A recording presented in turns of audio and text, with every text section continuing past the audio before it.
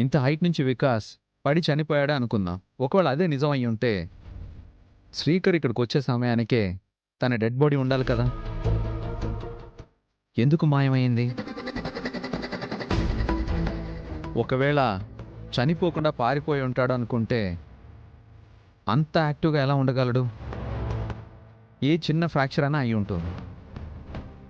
ఏదో మ్యానిపులేషన్ జరుగుతుంది.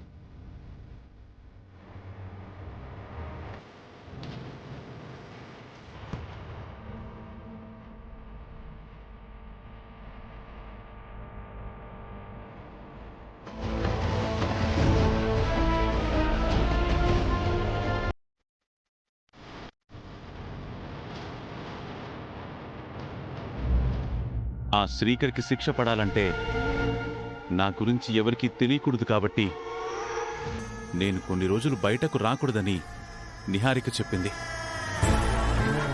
నేనేమో ఒక చోట కుదురుగా ఉండే రకాన్ని కాదు. అనవసరంగా ఇలాంటి సిచ్యువేషన్లో ఇరుక్కున్నానేంట్రా నాయనా.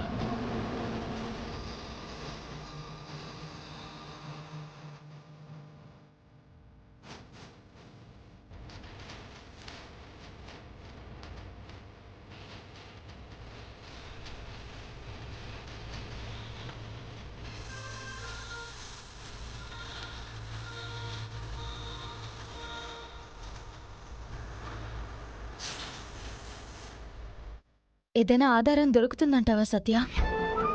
దొరుకుతుంది. ఒకవేళ దొరకకపోతే నా బావ పరిస్థితి ఏంటి? అవని, మనం ఏ పనైనా ఒక నమ్మకంతో చేయాలి, నిరాశతో కాదు. మన నమ్మకం, మన సంకల్పమే మనల్ని గెలిపిస్తాయి.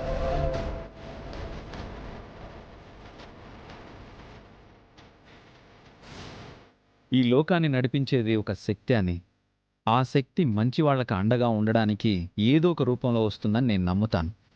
నువ్వు కూడా నమ్ముతావు.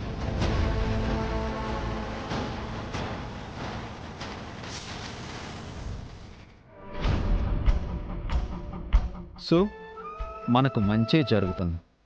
You don't worry.